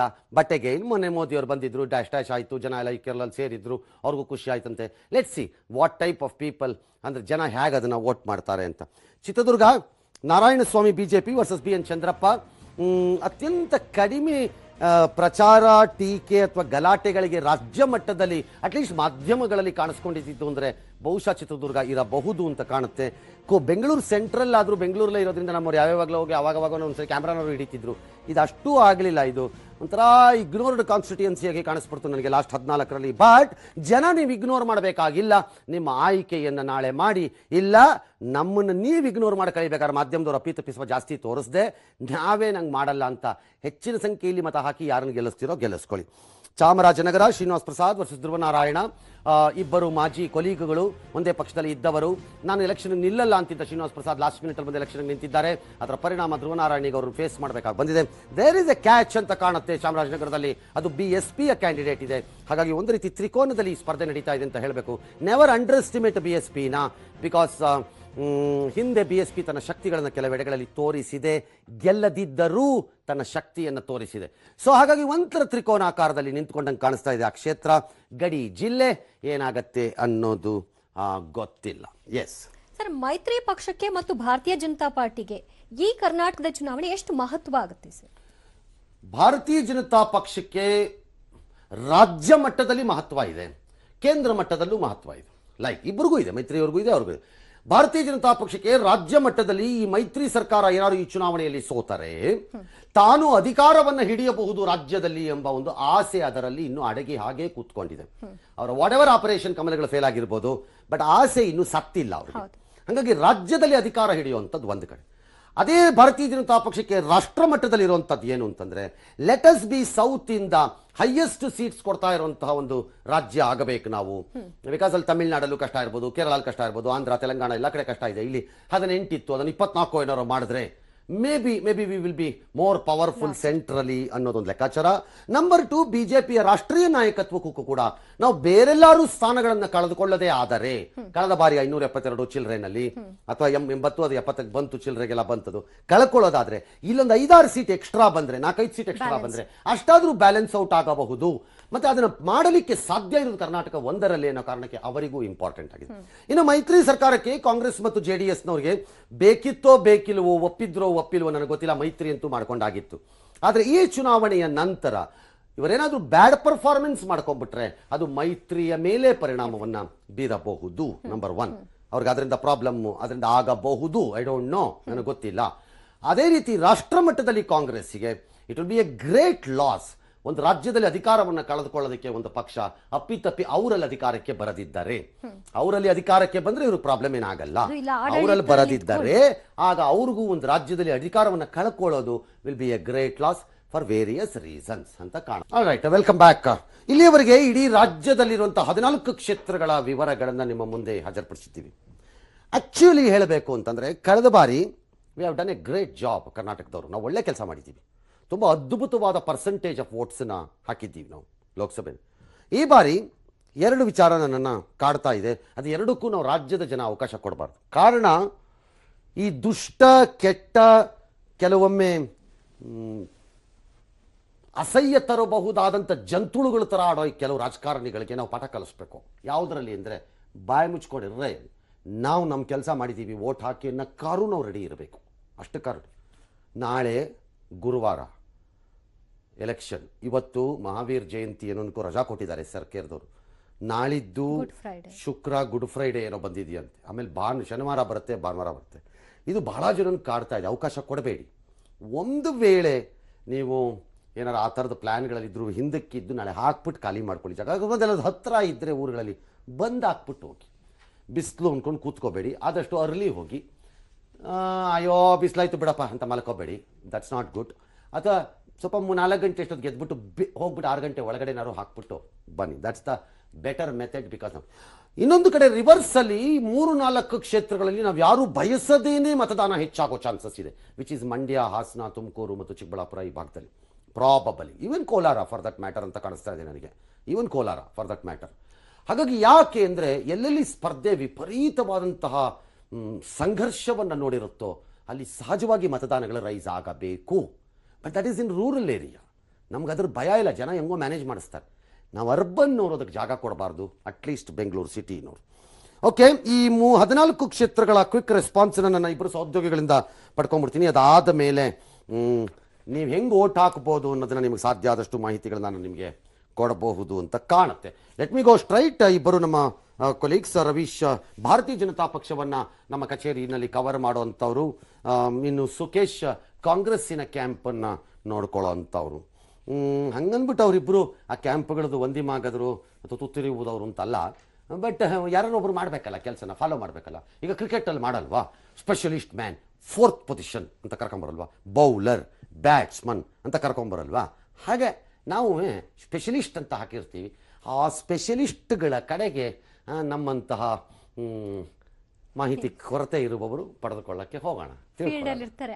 ಮತ್ತೆ ನಮ್ಗೆಲ್ಲರೂ ಹೇಳಲ್ವಾ ಪೊಲಿಟಿಷಿಯನ್ಸ್, AC ರೂಮಲ್ಲಿ ಕೂತ್ಕೊಂಡು ಬಿಟ್ಟಂಗಲ್ಲ ಅಣ್ಣ ಇಲ್ಲಿ ಚುನಾವಣೆ, ಅಲ್ಲಿ ಕೂತ್ಕೊಂಡು ಬಿಟ್ಬಿಟ್ರೆ ಬುಡ್ಬುಡಿಕೆ ಟೈಪ್ ನೀವುಗಳು, ಇಲ್ಲಿ ಬನ್ನಿ ಗೊತ್ತಾಗತ್ತೆ ಅಂತಾರಲ್ಲ. ನಾವೆಲ್ಲ AC ರೂಮಿನ ಗಿರಾಕಿಗಳು, ನಮ್ಗೆ ಏನು ಅರ್ಥವಾಗತ್ತೆ? ಇನ್ಫಾರ್ಮೇಶನ್ ತಗೊಳ್ದೆ ಹೇಳಕ್ಕಾಗತ್ತೆ. ಕುಮಾರಸ್ವಾಮಿ ಅವ್ರು ಹೇಳಿದ್ರು, ಬೇಸ್ಲಲ್ಲಿ ಬಂದು ನೋಡ್ಲಿ ಗೊತ್ತಾಗತ್ತೆ, ಅಲ್ಲಿ AC ರೂಮಲ್ಲಿ ಕೂತು ಹೇಳ್ಬಿಟ್ರೆ ಅಂತಾರಲ್ವಾ. ಹಾಗೆ ನಮ್ಗೆ ಹೆಂಗ್ ಗೊತ್ತಾಗ್ಬೇಕು? ನಮಗೂ AC ಇಂಟ್ರೆಸ್ಟ್ ಇಲ್ಲ, ನನಗಂತೂ ಇಂಟ್ರೆಸ್ಟೇ ಇಲ್ಲ. ಈ ಲೈಟ್ಗಳು ಬಹಳ ಹೆವಿ ಅಲ್ಲ, ಸುಡುತ್ತೆ ಅಂತ ಅಷ್ಟೇ. ಎಕ್ವಿಪ್ಮೆಂಟ್ಸ್ ಬೇಕಷ್ಟೇ. ಆದರೆ ನನ್ನ ಕೊಲೀಗ್ಗಳಿಬ್ರು ಹಾಗಲ್ಲ, ಒಂಥರ ಶ್ರಮಯೋಗಿಗಳು ಅಲ್ವಾ. ಹಾಗಾಗಿ ಅವ್ರ ಹತ್ರಕ್ಕೆ ಹೋಗೋಣ. ಓಕೆ ಹೋಗೋಣ ಬೇಡವಮ್ಮ? ಹೋಗೋಣ ಸರ್. ಮತ್ತೆ ಹೋಗಿ ನಡೀರಿ ಆ ಕಡೆಗೆ. ಓಕೆ ಸುಕೇಶ್, ಕಾಂಗ್ರೆಸ್ ಮೊದಲನೇ ಬಾರಿಗ ಅಂದ್ರೆ ಈ ಮಂಡ್ಯ, ತುಮಕೂರು, ಹಾಸನ, ಚಿಕ್ಕಬಳ್ಳಾಪುರ, ಸಾರಿ ಉಡುಪಿ, ಚಿಕ್ಕಮಗಳೂರು, ಈ ಕಡೆ 4 ಕಡೆಯಲ್ಲೂ ಸಿಂಬಲ್ ಇಲ್ಲದೆ ಹೋಗ್ತಿರೋದು. ಸೊ ಇದು ಯಾವ ರೀತಿ ಪರಿಣಾಮ ಬೀರ್ಬೋದು ಒಂದು ಪಕ್ಷಕ್ಕೆ, ರಾಷ್ಟ್ರೀಯ ಪಕ್ಷಕ್ಕೆ? ಅಂದ್ರೆ ಸಿಂಬಲ್ ಇಲ್ಲದೆ ಹೋಗ್ತಾ ಇರುವಂತ ಕ್ಷೇತ್ರಗಳು ಯಾವುವು ಅಂತ ನೋಡಿದ್ರೆ ಅಲ್ಲೂ ಕೂಡ ಸಾಕಷ್ಟು ವಿಷಯಗಳಿದೆ. ಮೊದಲು ಮಂಡ್ಯ ಇರ್ಬೋದು ಅಥವಾ ಹಾಸನ ಇರ್ಬೋದು, ತುಮಕೂರು, ಇವು 3 ವಿಚಾರಗಳಿಗೆ ಬಂದ್ರೆ ಇಲ್ಲಿ ಕಾಂಗ್ರೆಸ್ ಮತ್ತು JDS ಎರಡೂ ಪಕ್ಷಗಳಿಗೆ ಸಾಕಷ್ಟು ಪ್ರಾಬಲ್ಯ ಇರುವಂತ ಅಥವಾ ಸಿಂಬಲ್ ಗುರುತಿರುವಂತ ಇದು. ಆದ್ರೆ ಉಡುಪಿ ಚಿಕ್ಕಮಗಳೂರು ವಿಚಾರಕ್ಕೆ ಬರೋದಾದ್ರೆ ಅಲ್ಲಿ ಸ್ವಲ್ಪ ಅವರಿಗೆ ಹೊಸ್ತು ಏನು ಅಂತಂದ್ರೆ JDS ಅಷ್ಟೊಂದು ಅಸ್ತಿತ್ವವನ್ನು ಉಳಿಸ್ಕೊಂಡಿಲ್ಲ. ಉಡುಪಿಯಲ್ಲಿ ಸಂಪೂರ್ಣವಾಗಿ 4 ಕ್ಷೇತ್ರಗಳಲ್ಲಿ ಇಲ್ಲ, ಚಿಕ್ಕಮಗಳೂರಿನ 1-2 ಕ್ಷೇತ್ರಗಳಲ್ಲಿದೆ, 1-2 ಕ್ಷೇತ್ರಗಳಲ್ಲಿ JDS ನ ಅಸ್ತಿತ್ವ ಇಲ್ಲ. ಹಾಗಾಗಿ ಅಲ್ಲಿ ಸ್ವಲ್ಪ ಕಾರ್ಯಕರ್ತರಿಗೆ ಇರುಸುಮರುಸು ಹೊಸ್ತು ಅನ್ಬೋದು. ಆದ್ರೆ ಅವರಾದ್ರೂ ಒಟ್ಟಾಗಿ ಹೋದಾರು. ಇಲ್ಲಿ ಸಾಕಷ್ಟು 2-3 ದಶಕಗಳಿಂದ ಪರಸ್ಪರ ವಿರುದ್ಧ ದಿಕ್ಕಿನಲ್ಲಿ ರಾಜಕಾರಣ ಮಾಡಿದಂಥವ್ರು ತುಮಕೂರು ಇರ್ಬೋದು, ಹಾಸನ ಇರ್ಬೋದು, ಮಂಡ್ಯ ಇರ್ಬೋದು. ಇಲ್ಲಿ ಹೇಗೆ ಒಟ್ಟಾಗಿ ಹೋಗ್ತಾರೆ ಅನ್ನುವಂಥದ್ದು ಈಗ ಪ್ರಶ್ನೆ ಆಗುವಂಥದ್ದು. ಬಹುತೇಕ ಅದು ಒಟ್ಟಾಗಿ ಹೋಗುವಂಥ ಸಾಧ್ಯತೆಗಳು ಕೂಡ ಮೇಲ್ನೋಟಕ್ಕೆ ಏನಾಗಿದೆ ಅನ್ನೋಂಥದ್ದು ಕೂಡ ನಮಗೆಲ್ಲ ಗೊತ್ತಿರುವಂಥದ್ದೇ. ರವೀಶ್, ನೀವೇನ್ ಹೇಳ್ತೀರಿ? ಅಂದ್ರೆ ಈ ಕರ್ನಾಟಕದ ಚುನಾವಣೆ ಬಿಜೆಪಿಗೆ ಎಷ್ಟು ಪ್ರಾಮುಖ್ಯತೆಯನ್ನು ಪಡೆದುಕೊಳ್ಳುತ್ತೆ? ಖಂಡಿತವಾಗಿಯೂ ಕೂಡ ಮೊದಲ 14 ಕ್ಷೇತ್ರಗಳ ಮತದಾನ ಏನಿದೆ, ನಿಜಕ್ಕೂ ಕೂಡ ಬಿಜೆಪಿಗೆ ಒಂದು ರೀತಿಯಲ್ಲಿ ತನ್ನ ಅಸ್ತಿತ್ವವನ್ನು ಅಲ್ಲಲ್ಲಿ ಬಿತ್ತೋದಕ್ಕೂ ಕೂಡ ಮತ್ತೆ ಒಂದು ರೀತಿಯಲ್ಲಿ ಚಿಗುರಿಸ್ಕೊಳ್ಳೋದಕ್ಕೂ ಕೂಡ ಅನುಕೂಲ ಆಗುತ್ತೆ ಅನ್ನೋ ಟಾಕ್ಸ್ ಕೂಡ ದೊಡ್ಡ ಮಟ್ಟದಲ್ಲಿ ಕೇಳಿ ಬರ್ತದೆ. ಯಾಕೆಂದ್ರೆ ಈಗ 14 ಕ್ಷೇತ್ರಗಳು ನಡೆದಿರ್ತಕ್ಕಂಥದ್ದು ಕೇವಲ 6 ಕ್ಷೇತ್ರಗಳಲ್ಲಿ ಮಾತ್ರ ತನ್ನ ಬಿಜೆಪಿ ತಮ್ಮ ಪರ್ಫಾರ್ಮೆನ್ಸ್ ಆಗಿರ್ಬೋದು, ತನ್ನ ಅಸ್ತಿತ್ವವನ್ನು ಕೂಡ ಗಟ್ಟಿಯಾಗಿ ಉಳಿಸ್ಕೊಂಡಿದೆ. ಆದರೆ 8 ಕ್ಷೇತ್ರಗಳು, ಯಾಕಂದ್ರೆ ಹಳೆ ಮೈಸೂರು ಪ್ರಾಂತ್ಯದ 8 ಕ್ಷೇತ್ರಗಳಾಗಿರ್ಬೋದು, ಅಲ್ಲಿ ಎಲ್ಲೋ ಒಂದು ಕಡೆ ತಾನು ಜಾಗ ಮಾಡ್ಕೊಳ್ಳೋದು ಕೂಡ ತಿಣುಕಾಡ್ತಾ ಇದೆ. ಹಾಗಾಗಿ ಈ ಮೈತ್ರಿಯನ್ನು ಕೂಡ ಒಂದು ರೀತಿಯಲ್ಲಿ ಎನ್ಕ್ಯಾಶ್ ಮಾಡಿಕೊಂಡು ಆ ಕ್ಷೇತ್ರಗಳಲ್ಲಿ ತನ್ನ ಒಂದು ಅಸ್ತಿತ್ವವನ್ನು ಕೂಡ ಬಿತ್ತೋದಕ್ಕೆ ಟ್ರೈ ಮಾಡ್ತಾ ಇದೆ. ಹಾಗಾಗಿ ಮತದಾರ ಅದಕ್ಕೆ ಎಷ್ಟರ ಮಟ್ಟಿಗೆ ಪುಷಪ್ ಮಾಡ್ತಾನೆ ಅನ್ನೋದು ಕೂಡ ಕಾದ್ ನೋಡ್ಬೇಕಾಗಿದೆ. ಹಾಗಾಗಿ ಎಲ್ಲವೂ ಕೂಡ ಮತದಾರನ ಕೈಯಲ್ಲಿದೆ. ಹಾಗಾಗಿ ಈಗ ನಾವು ಅವ್ರದ್ದು ಹೆಚ್ಚು ಇವ್ರ ಕಡಿಮೆ ಅಂತ ಕೂಡ ಹೇಳೋದಕ್ಕೂ ಕೂಡ ಬರೋದಿಲ್ಲ. ಹಾಗೆ ಕಾದ್ ನೋಡ್ಬೇಕಾಗುತ್ತೆ. ನಾಳೆ 2009ಗೆ ಕಂಪೇರ್ ಮಾಡಿದ್ರೆ 2014 ಅಲ್ಲಿ ವೋಟ್ ಪರ್ಸೆಂಟೇಜ್ ಜಾಸ್ತಿ ಆಗಿತ್ತು. ಸೊ ಅಂದ್ರೆ ಈ ಬಾರಿ ಆ ವೋಟ್ ಪರ್ಸೆಂಟೇಜ್ ಜಾಸ್ತಿ ಆಗುವಂತಹ ವಿಷಯಗಳೇನಿದೆ ಅಂತ ಅನ್ಸುತ್ತೆ? ಖಂಡಿತವಾಗಿಯೂ ಕೂಡ, ಯಾಕೆಂದ್ರೆ ಕಳೆದ ಬಾರಿಯೂ ಕೂಡ ಒಂದು ರೀತಿಯಲ್ಲಿ ವೋಟ್ ಪರ್ಸೆಂಟೇಜ್ ಒಂದು ತಕ್ಕ ಮಟ್ಟಿಗೆ ಒಂದು ಸ್ವಲ್ಪ ಕರ್ನಾಟಕದಲ್ಲಿ ಇತ್ತು ಅಂತ ಕೂಡ ಹೇಳಲಾಗ್ತದೆ. ಆದ್ರೆ ಇಲ್ಲಿ ಬಿಜೆಪಿ ಕೇಳಿ ಬರ್ತಾ ಇರ್ತಕ್ಕಂಥದ್ದು ಮಂಡ್ಯ ಆಗಿರ್ಬೋದು, ತುಮಕೂರು ಆಗಿರ್ಬೋದು, ಹಾಸನ ಆಗಿರ್ಬೋದು, ಅಂದ್ರೆ ಈ ಭಾಗಗಳಲ್ಲಿ ಎದುರಾಳಿಗಳು ಒಂದು ರೀತಿಯಲ್ಲಿ ಕಾಂಗ್ರೆಸ್ ವರ್ಸಸ್ JDS ಇರ್ತಿತ್ತು ಇಷ್ಟು ವರ್ಷಗಳ ಕಾಲ. ಆದ್ರೆ ಈಗ ಅಲ್ಲಿ ಎಲ್ಲೋ ಒಂದ್ ಕಡೆ ಬಿಜೆಪಿ ವರ್ಸಸ್ ಮೈತ್ರಿ ಈ ರೀತಿಯ ಒಂದು ಫೈಟ್ ಆಗಿರೋದ್ರಿಂದ ಆ ಲಾಭವನ್ನ ಕಾಯ್ತಾ ಇರ್ತಕ್ಕಂಥದ್ದು ಬಿಜೆಪಿ. ಆಲ್ ರೈಟ್, ನಾಳೆ ಬೆಳಿಗ್ಗೆ 7 ಗಂಟೆಯಿಂದ ಸಂಜೆ 6 ಗಂಟೆಯವರೆಗೆ ಮತದಾನ ಅಂತ ನಾವು ಹೇಳಿದ್ವಿ. ಬಹಳ ಜನ ನನಗೆ SMS ಮೂಲಕ ಒಂದಿಷ್ಟು ಮನವಿಗಳನ್ನು ಮಾಡಿಕೊಂಡ್ರು. ದಯವಿಟ್ಟು ಎಲೆಕ್ಷನ್ ಕಮಿಷನ್ ಅವ್ರನ್ನ ಕೇಳಿ, ಬಿಸಿಲು ವಿಪರೀತವಿರುವುದರಿಂದ 7-6-7ವರೆಗೂ ಮಾಡ್ಬೋದಾ, ಸ್ವಲ್ಪ ತಂಪಾದ್ಮೇಲೆ ಜನ ಬರ್ತಾರೆ ಏನೋ ಅಂತ. No, it can't be a rule for one place. ಹಂಗಾಗಿ ಅದೇ ದಟ್ ಕೆನಾಟ್ ಬಿ ಚೇಂಜ್ಡ್ ಅನ್ನೋದನ್ನ ಅಂದ್ರೆ ಒಂದು ಕ್ಲಿಯರ್. ಸ್ಕೂಲ್ಗಳಲ್ಲೆಲ್ಲ ಮಾಡ್ತಾರಲ್ಲ ಸರ್, ಬಿಸಿಲು ಅಂತ ಅಂದಾಗ ಯಾಕಂದ್ರೆ ನಾವು ಉತ್ತರ ಕರ್ನಾಟಕದಲ್ಲೂ ಮಾಡ್ತಾರೆ, ಸರ್ಕಾರಿ ಕಚೇರಿನೇ ಲೇಟಾಗಿ ಸ್ಟಾರ್ಟ್ ಮಾಡೋದು, ಅರ್ಲಿ ಬೇಗ ಮುಗಿಸ್ಕೊಳ್ಳೋದು, ಈ ತರ ಮಾಡ್ತಾರೆ. ಬಟ್ ಅದಾಗಲ್ಲ. ಓಕೆ, ಆದ್ರೆ ನಾಳೆ ಅಲ್ಲಿ ಮತಗಟ್ಟೆಗೆ ಹೋದಾಗ ಮತ್ತೆ ಅದೇ ಹಳೇ ಕತೆಗಳು, ಅದಿರಲಿಲ್ಲ ಇದಿರಲಿಲ್ಲ, ಹಂಗ್ ಮಾಡಲಿಲ್ಲ ಹಿಂಗ್ ಮಾಡಲಿಲ್ಲ ಅಂತ ಹೇಳಬೇಡಿ. ಈಗಂತೂ ನಿಮ್ಮ ಹೆಸರು ಇದ್ದರೆ, ಅಪ್ಪಿತಪ್ಪಿ ನಿಮ್ದೇನಾದ್ರು ಇದ್ದರೆ ಲಿಸ್ಟಲ್ಲಿ ಇದ್ದರೂ ಒಂದು ಐಡಿಯನ್ನು ಹಿಡ್ಕೊಂಡು ನೀವು ಹೋಗಬೇಕು. ಈ ಐಡಿಗೆ ಕೆಲವರಿಗೆ ಭ್ರಮೆ ಇದೆ. ಆ ಭ್ರಮೆ ಏನು ಅಂತಂದರೆ, ಇದೊಂದೇ ಐಡಿ ಎಲೆಕ್ಷನ್ ಕಮಿಷನ್ ಅವರು ಕೊಟ್ಟಿರೋದು ಯಾವುದೋ ಹಿಡ್ಕೊಂಡು ಹೋಗಬೇಕು ಅಂತ. ನೋ, ಇದನ್ನು 100 ಸರಿ ಎಲ್ಲ ಚುನಾವಣೆಗಳಲ್ಲೂ ನಾವು ಹೇಳಿದ್ದೀವಿ, ಇನ್ನೊಮ್ಮೆ ಬೇಕಾದರೂ ಹೇಳುತ್ತೇವೆ. ಆಧಾರ್ ಕಾರ್ಡ್ ಇದ್ದರೆ ತಗೊಂಡು ಹೋಗಿ, ಪ್ಯಾನ್ ಕಾರ್ಡ್ ಇದ್ದರೆ ತಗೊಂಡು ಹೋಗಿ, ಮತ್ತೆ ರೇಷನ್ ಕಾರ್ಡ್, ರೇಷನ್ ಕಾರ್ಡ್ ಇದ್ದರೆ ಅದನ್ನು ತೆಗೆದುಕೊಂಡು ಬೇಕಾದರೆ ಹೋಗಬಹುದು. ಮತ್ತೆ ಬ್ಯಾಂಕ್ ಪಾಸ್ಬುಕ್ ಇದ್ದರೆ ಅದನ್ನು ತಗೊಂಡು ಹೋಗಿ. ಬೆಟರ್ ಯಾವುದಾದ್ರೂ ಒಂದು ಫೋಟೋ ಇರುವಂತಹ ಐಡಿಯನ್ನು ತೆಗೆದುಕೊಂಡು ಹೋಗೋದು ಸೂಕ್ತ. ನೀವು ಯಾವುದೇ ಐಡಿ ತಗೊಂಡೋಗಿ, ನಿಮ್ಗೆ ಅದರಲ್ಲಿ ಫೋಟೋನು ಇರೋ ಥರದ್ದನ್ನು ತೆಗೆದುಕೊಂಡು ಹೋಗಿ. Post office passbook, NREGA job card, ಬೆಂಗಳೂರಲ್ಲಿ ಏನು ಪ್ರಾಬ್ಲಮ್ ಅಲ್ಲ ಅದು. ಪಾಸ್ಪೋರ್ಟ್ ಇದ್ದರೆ ತಗೊಂಡು ಹೋಗಿ, ಪಾಸ್ಪೋರ್ಟ್ ಬೇಕಾದರೆ. ಆದರೆ ತಗೊಂಡು ಸರಿಯಾಗಿ ವಾಪಸ್ ಮನೆಗೆ ಹೋಗಿ, ಅಷ್ಟೇ ಇಂಪಾರ್ಟೆಂಟ್ ಆ ಪಾಸ್ಪೋರ್ಟ್. ಅಲ್ಲೆಲ್ಲರೂ ಬಿಟ್ಟಿಗಿಟ್ಟು ಬಂದು ಇನ್ನು ಆಮೇಲೆ 3 ತಿಂಗಳು ಕಂಬ ತಿರುಗಬೇಡಿ, ಹೋಗ್ಬಿಟ್ಟು ಸುಮ್ಮನೆ ಕೆಲಸಕ್ಕೆ ಬರದೆ ಅಂತ ಹುಷಾರಾಗಿರಿ. ಚುನಾವಣಾ ಆಯೋಗದ ನಿಮ್ಮ ಫೋಟೋ ಇರುವ ವೋಟರ್ ಸ್ಲಿಪ್ ಆಗಲಿ, ಅಥವಾ ಹೆಲ್ತ್ ಇನ್ಶೂರೆನ್ಸ್ ಕಾರ್ಡ್, ಅಥವಾ ನೀವು ಪೆನ್ಷನ್ ಪಡೆಯೋ ಈ ಥರ ದಾಖಲೆ, ಈ ಥರದ್ದು ಯಾವುದನ್ನೇ ಬೇಕಾದರೂ ತೆಗೆದುಕೊಂಡು ಹೋಗ್ಬೋದು. ನಿಮಗೆ ಸಮಸ್ಯೆ ಆಗಲ್ಲ. ಇದಿಲ್ಲ ಅದಿಲ್ಲ ಅಂದ್ಕೊಂಡು ಕೂರಬೇಡಿ. ರಾಜ್ಯದಲ್ಲಿ ಮೊದಲ ಹಂತದಲ್ಲಿ ಒಂದು ಬ್ರೇಕ್ ಹೋಗ್ಬಿಡೋಣ ಸರ್, ಆಮೇಲೆ ಅದು ಮತದಾನದ ಸಿದ್ಧತೆ. ಮೊದಲ ಹಂತದ ಮತದಾನಕ್ಕೆ ಒಂದಿಷ್ಟು ಸಿದ್ಧತೆಗಳನ್ನು ಪೂರೈಸಿದ್ದಾರೆ. 14 ಕ್ಷೇತ್ರದಲ್ಲಿ ನಾಳೆ 2ನೇ ಹಂತದ ಮತದಾನ. ದೇಶಕ್ಕೆ, ನಮಗೆ ಮೊದಲನೇ ಹಂತದ ಮತದಾನ. ಹಾಗಾದ್ರೆ ಇದಕ್ಕೆ ಮಾಡಿರೋ ತಯಾರಿ ಏನು ಅನ್ನೋದನ್ನು ನೋಡೋಣ. Let me C. ವಾಪಸ್ ಬರ್ತೀನಿ ಈ ವಿರಾಮ ಆದ ಮೇಲೆ. ಆ ವಿವರಗಳ ಜೊತೆ ನಮ್ಮ ಎರಡೂ ಪಾರ್ಟಿಗಳನ್ನು ನೋಡುವಂಥವ್ರದ್ದೊಂದು ಕೊನೆ ಅಬ್ಸರ್ವೇಷನ್ ತಗೊಂಡು ಬೇರೆ ನ್ಯೂಸ್ಗೆ ಹೋಗೋಣ. ಮೊದಲ ಹಂತದ ಚುನಾವಣೆಗೆ ರಾಜ್ಯ ತಯಾರಿಯಾಗಿದೆ. ಒಟ್ಟು ಮತದಾರರು 2,67,51,000 ಜನ. ಒಟ್ಟು ಮತದಾರರು ನಾಳೆ ರಾಜ್ಯದಲ್ಲಿ ಮತವನ್ನು ಚಲಾಯಿಸ್ತಾ ಇರೋವಂಥವ್ರು. ಇನ್ನು ಅರ್ಧ ಅಲ್ಲ, ಅರ್ಧಕ್ಕಿಂತ ಸ್ವಲ್ಪ ಜಾಸ್ತಿ ಆಮೇಲೆ ಅಂತ ಕಾಣುತ್ತೆ. ಅದನ್ನ ಆಮೇಲೆ ನೋಡೋಣ. ಪುರುಷರು ಈ ಪೈಕಿ 1,35,00,000 ಇದ್ದಾರೆ. ಮಹಿಳೆಯರು ಬಹಳ ಕಡಿಮೆ ಏನಿಲ್ಲ, 1,32,00,000 ಮಾತ್ರ ಇದ್ದಾರೆ. ಇತರೆ 287 ಚಿಲ್ಲರೆ ಇದ್ದಾರೆ. ಒಟ್ಟು ಈ ರಾಜ್ಯದಲ್ಲಿ ಈ ಬಾರಿ 30,197 ಮತಗಟ್ಟೆಗಳನ್ನು ಸ್ಥಾಪನೆ ಮಾಡಿಕೊಂಡಿದ್ದಾರೆ. ಈ 14 ಕ್ಷೇತ್ರಗಳಲ್ಲಿ ನಾನು ಮಾತಾಡ್ತಾ ಇರೋದು, ಇಡೀ ರಾಜ್ಯ ಅಲ್ಲ. ಆ ಪೈಕಿ ಸೂಕ್ಷ್ಮ ಮತಗಟ್ಟೆಗಳಿಂದ ಒಂದು 6,000 ಚಿಲ್ಲರೆ, ಸಾಮಾನ್ಯ ಮತಗಟ್ಟೆಗಳೆಂದು ಒಂದು 23,000 ಚಿಲ್ಲರೆ ಇದನ್ನು ಗುರುತಿಸಿದ್ದಾರೆ ಎಲೆಕ್ಷನ್ ಕಮಿಷನ್ ಅವರು. ಒಂದಷ್ಟು ಪೊಲೀಸರ ಬಂದೋಬಸ್ತುಗಳನ್ನು ಮಾಡ್ಕೊಂಡಿದ್ದಾರೆ. ಸಾಕಷ್ಟು ನಂಬರ್ಸ್ ಇದೆ. I am not bothered. ಅವ್ರವ್ರ ಪಡೆದವ್ರ ನಂಬರ್ಸ್ ಹಾಕೋತಾರೆ. ಬಟ್ ಓವರ್ ಆಲ್ ಪ್ರಾಬಬಲಿ ನಾಳೆ ಸುಮಾರು ಪೊಲೀಸರು ಅಂದರೆ ಬರೀ ರಾಜ್ಯ ಪೊಲೀಸರಲ್ಲ, ಅದ್ರ CRPನೂ ಇರ್ಬೋದು, ಬೇರೆ ಆರ್ಮ್ಡ್ ಫೋರ್ಸಸ್ಸು, CAR ಇರ್ಬೋದು, DARಗಳಿರ್ಬೋದು, ಅಥವಾ ಹೋಮ್ ಗಾರ್ಡ್ಸ್ ಇರ್ಬೋದು, ಅಥವಾ ರೈಲ್ವೆ ಪೊಲೀಸ್ ಇರ್ಬೋದು, ಈ ಥರ ಯಾರ್ಯಾರು ಇರ್ಬೋದು, ಎಲ್ಲ ಸೇರಿ ಒಂದು 90,000, ರಫ್ಲಿ 90,997 ಅಂದರೆ 1,00,000 ಸಿಬ್ಬಂದಿ 30,000 ಚಿಲ್ಲರೆ ಮತಗಟ್ಟೆಗಳಲ್ಲಿ ಕಾರ್ಯವನ್ನು ಮಾಡ್ತಾರೆ. ದಟ್ ಈಸ್ ನಾಳಿನ ಚುನಾವಣೆಯ ಅಂಕಿ ಅಂಶ. ಸರ್, ಮಳೆ ವೋಟ್ ಪರ್ಸೆಂಟೇಜ್ ಮೇಲೆ ಏನಾದರೂ ಪರಿಣಾಮ ಬೀರುತ್ತಾ ಅನ್ನುವಂಥ ಆತಂಕ. ನಾಳೆ ಮಳೆ ಆಗುತ್ತೆ, ಗೊತ್ತು, ಮಳೆ ಜೋರಾಗಿ ಬಂದ್ರೆ ಜನ ಹೋಗಲ್ಲ ಅಷ್ಟೇ. ಅದಕ್ಕೆ ನಾವೇನು ಮಾಡೋಕ್ಕಾಗತ್ತೆ? ಮಳೆ ಬರಬೇಡ ಅಂತ ನಿಲ್ಸಕ್ಕಾಗತ್ತಾ? ಮತ್ತೆ ವೋಟ್ ಪರ್ಸೆಂಟೇಜ್ ಜಾಸ್ತಿ ಆಗಬೇಕು ಅನ್ನುವಂಥ ನಿಟ್ಟಿನಲ್ಲಿ ಚುನಾವಣಾ ಆಯೋಗ ಬಹಳಷ್ಟು ತಯಾರಿಗಳನ್ನ ಮಾಡ್ಕೊಳ್ತಾ ಇದೆ. ನಾವೇನು ಮಾಡ್ಬೇಕು ಅದಕ್ಕೆ? ಇಡೀ ಬೆಂಗಳೂರು ನಗರಕ್ಕೆ 14 ಕ್ಷೇತ್ರಕ್ಕೆ ಛತ್ರಿ ಹಾಕಕ್ಕಾಗತ್ತಾ ನಾವು? ಮತ್ತೆ ಏನು ಮಾಡ್ಬೇಕು ಅದಕ್ಕೆ? ನಾವು ಬಂದ್ರೆ ಬರುತ್ತೆ ಮಳೆ, ಅದಕ್ಕೆ ನಾವೇನು ಮಾಡೋಣ? ಮಳೆ ಬಂದ ಮಳೆ ನಿಂತಾಗ ಒಂಚೂರು ಕಡಿಮೆ ಆದಾಗ ಓಟ್ ಹಾಕಿ, ಆಗಿದ್ರೆ ಕೈ ಬಿಡಿ ಅಷ್ಟೇ. ಅದಕ್ಕೆ ಯಾರೇನು ಮಾಡೋಕ್ಕಾಗತ್ತೆ? ನೀವು ವಿಪರೀತವಾಗಿ ಮಳೆ ಬಂದ್ರೆ ಯಾವನು ಹೋಗೋಕ್ಕಾಗತ್ತೆ? ಯಾವನು ಹೋಗಲ್ಲ. ಹೋಗ್ಲೇಬೇಕು ನೀನು ಅಂತ ಹೇಳಕ್ಕಾಗತ್ತಾ? ಮತ್ತೆ ಅಷ್ಟೇ. ಆಲ್ ರೈಟ್, ಮುಂದಕ್ಕೆ ಹೋಗೋಣ. ಚುನಾವಣೆಗೆ ಕೆಲವೇ ತಾಸುಗಳು ಬಾಕಿ ಇರುವಾಗ ರಾಜ್ಯದಲ್ಲಿ ಒಂದಿಷ್ಟು ಹಣವನ್ನು ಸೀಸ್ ಮಾಡಿಕೊಂಡಿದ್ದಾರೆ. IT rider. ಇದು ಮಂಡ್ಯದ ನಾಗಮಂಗಲ ತಾಲೂಕಿನ ಕದಬಳ್ಳಿ ಚೆಕ್ ಪೋಸ್ಟ್ನಲ್ಲಿ 2,60,000 ರೂಪಾಯಿ. ಅದು IT ಅಲ್ಲ, ಚುನಾವಣಾಧಿಕಾರಿಗಳು ಸೀಸ್ ಮಾಡಿರ್ಬೋದೇನೋ. ಹಾಸನದ ಹೊಳೆನರಸೀಪುರದ ಚೆನ್ನಂಬಿಕಾ ಥಿಯೇಟರ್ ಬಳಿ ಸಚಿವ ರೇವಣ್ಣ ಅವರ ಬೆಂಗಾವಲು ಪಡೆ ವಾಹನದಲ್ಲಿ 1,20,000 ರೂಪಾಯಿ. ಉತ್ತರ ಕನ್ನಡದ ಶಿರಸಿನಲ್ಲಿ ಯಾರೋ ಬಿ ಜೆ ಪಿನವರಂತೆ ಅವ್ರ ಮನೇಲಿ ಒಂದು 81,000. ಹಾಯ್ ಹಾಯ್ ಕತೆ ಕಳ್ಳೆಕಾಳು ಬೀಜನೂ ಅಲ್ಲ. ಇನ್ನು ಅಬಕಾರಿ ಇಲಾಖೆಗಳು ಯಾರ್ದೋ ಮನೆಗೆ ಹೋಗಿ ಬರಿಗೈಯಲ್ಲಿ ಬಂದು ಹೋಗಿದಾರಂತೆ, ಯಾರ್ದೋ ಮನೆಗೆ ಹೋದ್ರಂತೆ, ನಿಮ್ಮ ಮನೇಲಿ ಸಿಕ್ಕಾಬಿಟ್ಟೆ ಬಾಟ್ಲಿ ಇದೆಯಂತೆ ಅಂತ.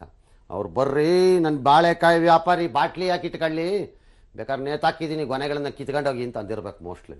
ಅದಕ್ಕೆ ಓಡೋಗ್ಬಿಟ್ಟಿದ್ದಾರೆ, ಸವಾಸನೆ ಬೇಡ ಅಂತ. ನೋ ಬಾಳೆಕಾಯಿ ಓನ್ಲಿ ಬಾಟ್ಲ್ ನಮಗೆ ಅಂತ ಅದಕ್ಕೆ ಹೋಗಿದ್ದಾರೆ ಅವರು. ಚುನಾವಣಾ ಪ್ರಚಾರಕ್ಕೆ ನಮ್ಮನ್ನು ಬಳಸ್ಕೊಂಡು ಹಣ ಕೊಡಲಿಲ್ಲ ಅಂತ ಬಾಗೇಪಲ್ಲಿನಲ್ಲೆಲ್ಲ ಬಿ ಜೆ ಪಿ ಕಚೇರಿ ಮುಂದೆ ಒಂದಷ್ಟು ಮಹಿಳೆಯರು ಪ್ರತಿಭಟನೆಯನ್ನು ಮಾಡಿದ್ದಾರೆ.